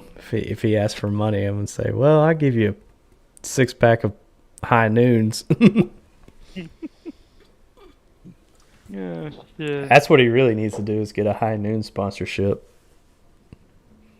Yeah, I never had high noon before. I know you're all about it. Oh yeah, they're great. Jack Mulkey likes them too. So. Drink about any kind of beer and some moonshine. Oh Whiskey. yeah, I love About moonshine. it. Moonshine's great. Oh, for anybody, just a warning. If you're new and you go on this fucking retreat, Yeah, you stay get away from D-Bucks. don't go near D-Bucks for your first trip. You got a He will fuck you 55 up. gallon drum of moonshine. I mean, he already knew that I was a big moonshiner, like drinking wise, so it wasn't as bad for me this year. But he had me fucked up one night beyond belief last year. Oh, good times though. All right, well, we still got 5 people in the chat. Y'all, if y'all have any questions, throw them in the chat. Let me know. We'll ask Mr. Kevin Feemster if you have any questions. I got pulled up too. Don't be shy. I'm an open fucking book. Yeah, be honest with them now. Be honest with Yeah. them. Yep. I'm gonna reach over Fuck here 'em. and get me another high noon. This is the best purchase I ever made. Is this little mini fridge? Fucking mini fridge, man. I need to get me one, dude. So I ain't gotta walk all the way across my Yeah. damn house. It's great. Get All to I the have to fridge. do is just lean over and brand new I came beer. in here double fisting a beer Yeah. after taking a piss, and I had to unplug it though because it makes a humming noise in this new fancy boom mic that I have. It was picking up on the hum of the the feedback from it. yeah. You So yeah. hopefully I don't have a whole lot of feedback, but because my beers are starting to get warm, so I may have to plug this sumbitch in here. Yeah. All right, so Kent's got a question. How much does the new A squared rulebook affect your approach? And I'll let you answer it while I go piss. Shit, my approach, it doesn't change my approach at all. I'll probably race exactly the same way I did last year. I mean, to be honest, like, I consider myself a pretty clean driver for the most part. Fucking 99% of my incident points is that I get in the damn races. Shit happening to me. I have fucked up though. I fucked up, a few times last year. Getting in too hard into a corner or something like that, but that's gonna happen. But like my approach won't change. Do I think the rule book is written good? Yeah. It's a good rule book. But as far as my approach isn't going to even remotely change to how I drive the car. Um, it's just what it is. And I'll probably about 10-15% more aggressive this year, but that doesn't mean I'm going to be aggressive to the point to where, I'm going to wreck somebody, you know. Um, I mean, me and Ryan, even going back to last year, it's like, man, seems like we just pussyfooted around and didn't want to hurt anybody's feelings and stuff like that. But I don't think my approaches as a race car driver is going to change at all with the rule book. It ain't going to affect it at all. Yeah. Anybody who runs around me for, if you don't like me, that's fine.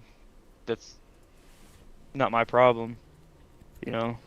So I've never turned anybody intentionally. I've never arc braked anybody. I've never, completely just torn somebody into a wall or anything like that. So, if I finish the season with 3 out of 5 or 4 out of 5, so be it. It's a long season. Yeah. It's gonna happen.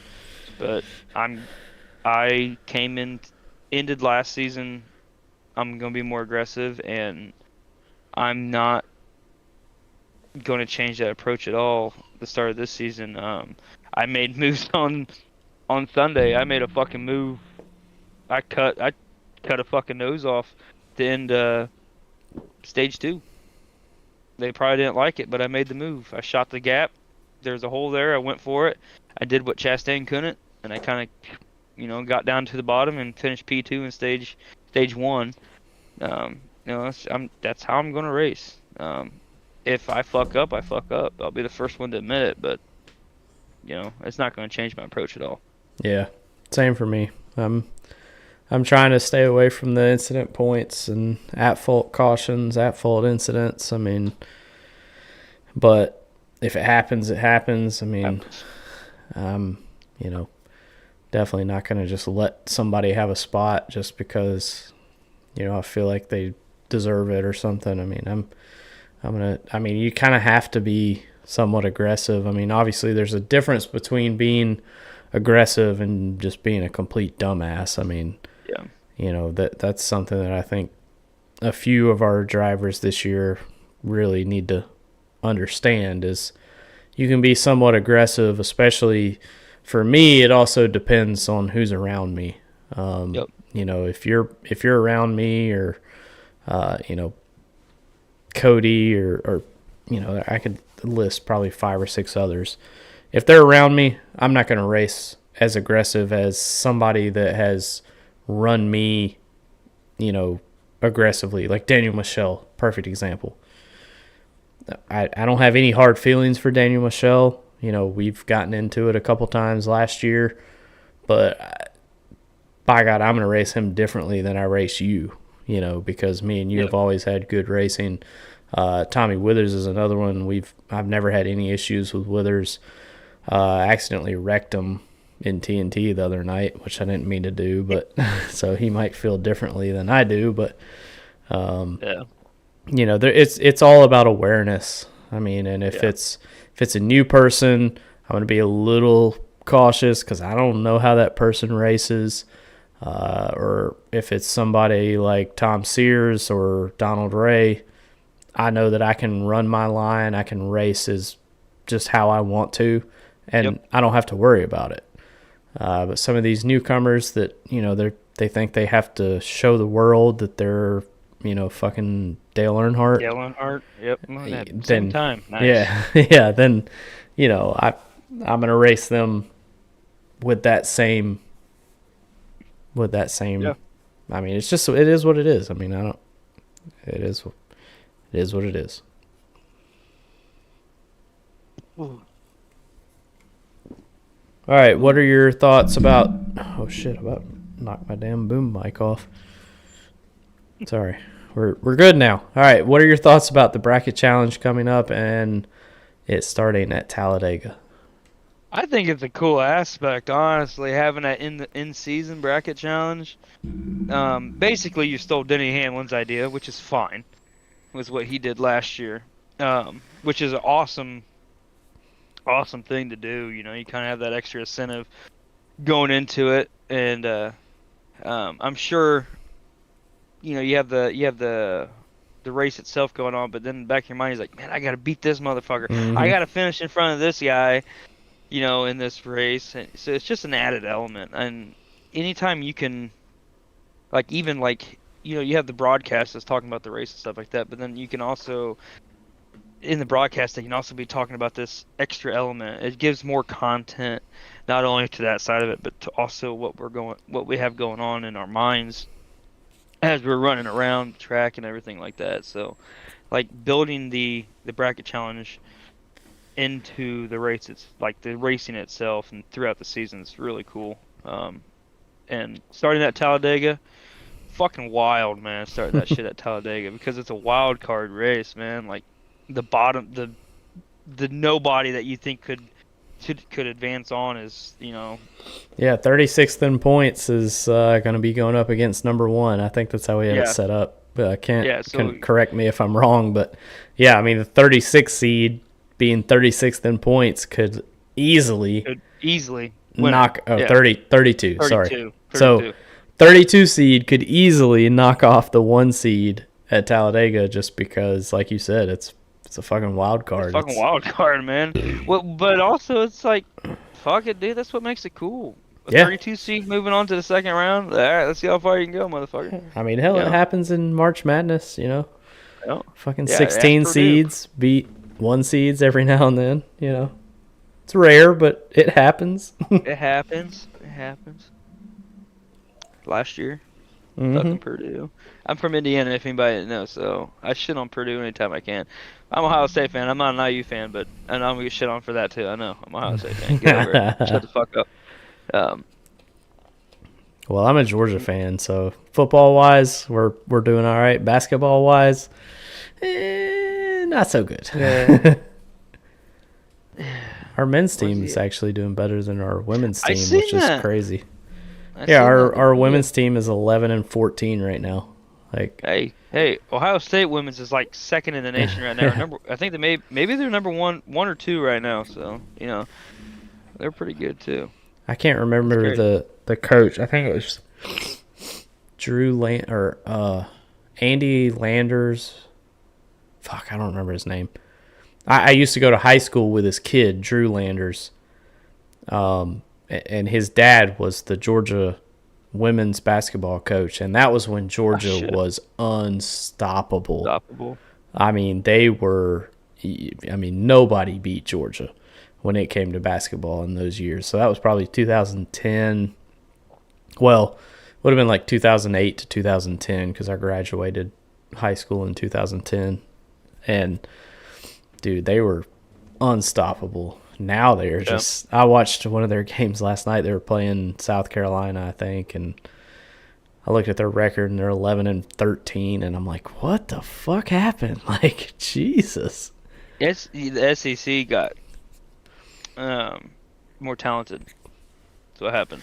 Yeah, That's for crazy. sure. College sports in general, I know it's racing behind the driver, but college sports in general across the fucking board is awesome right now. It is. I know everyone wants to cry and whine about the NIL stuff, but it's literally evened out the playing field in a lot of aspects, which is. And it's honestly, like take Carson Beck for example. Yeah. I mean, and I know we're not, that we're talking about college sports. Fuck off. This is fucking. Look off. We're 2 hours into this. Yeah, motherfucker. we're behind. This is behind the driver. We talk about whatever the hell we want to.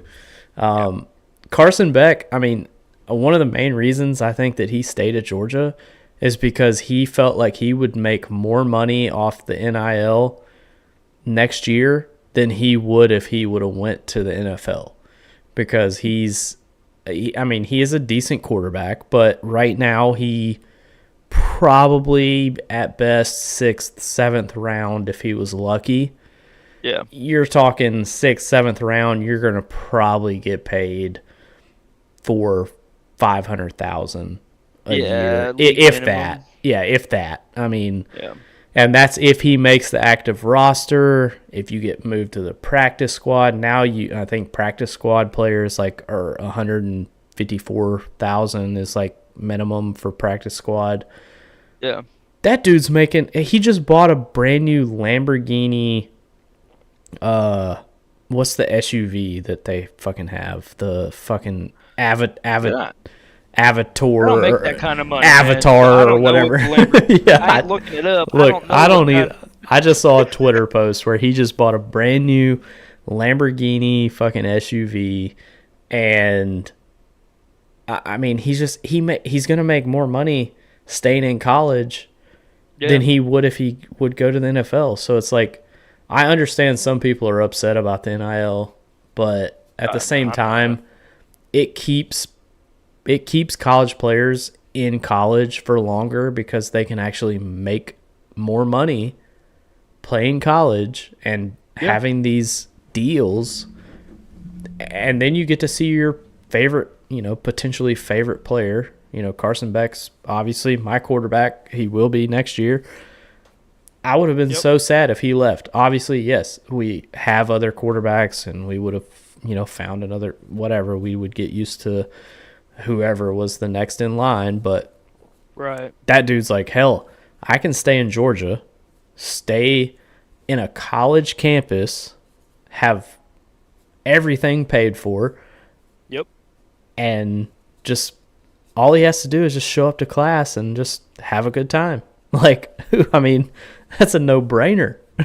Yeah, and like the crazy thing is, like, you think about it, like, if you're getting picked like right around that, like the 11, 12, 13, 14, right around there, I mean, you'll make right around $4 to $5 million a year on your rookie contract. But you get into like the 20s to like the 30s, you're making right around like that 2 to 3 million is what your contract will be.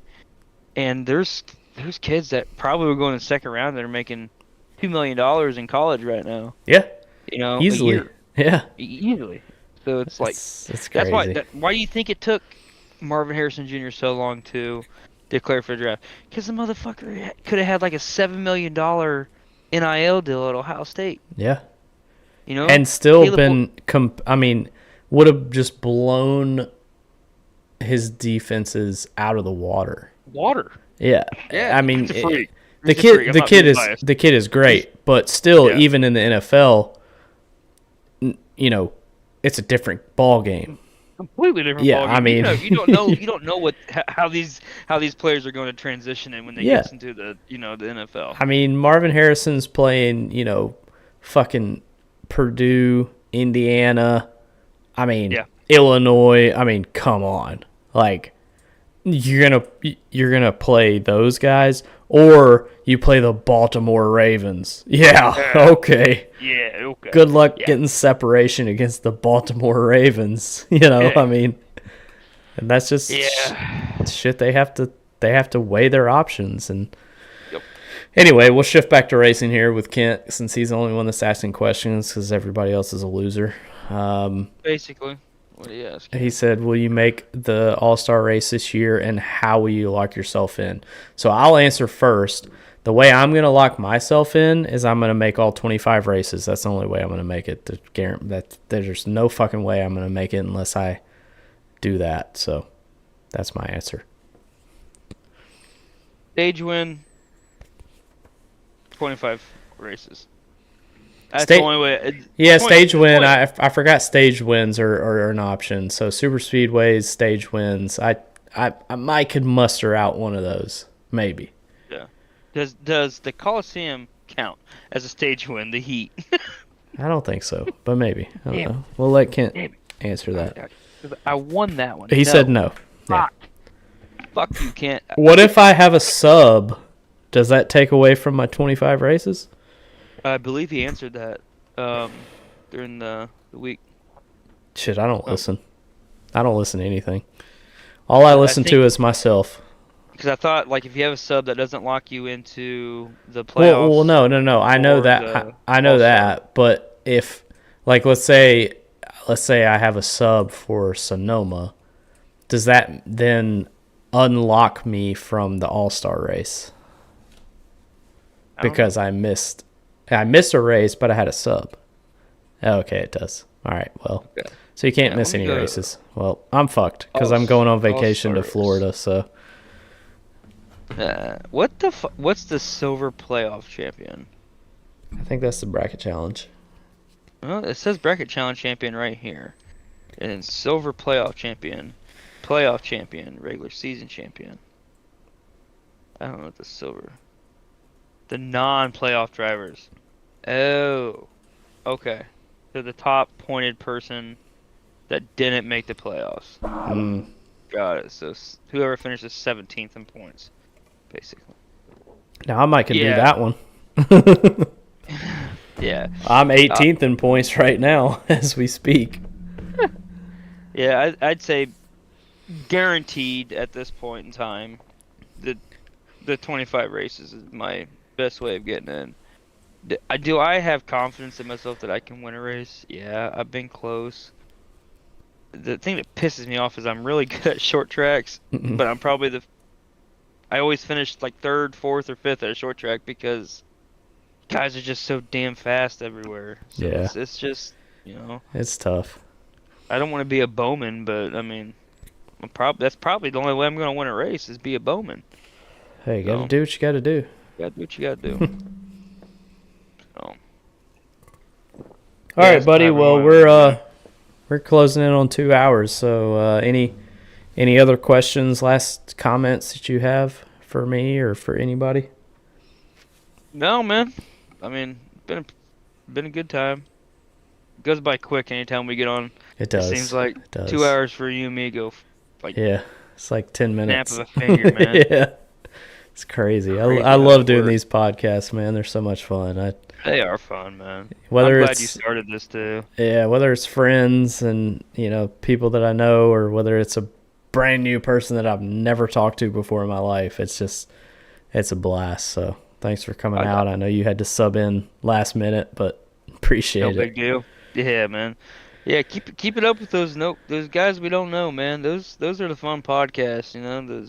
Yep. Those guys that come in the last 6 months or something, like we don't know nothing about them. So that content's fun. That content's real fun to listen to because you don't know these people. It is for sure. We got Seth next week. Then we got Dustin Painter after that. I checked, and then I do have Kevin Gibney coming on in a couple weeks. I got Blake Henderson coming on.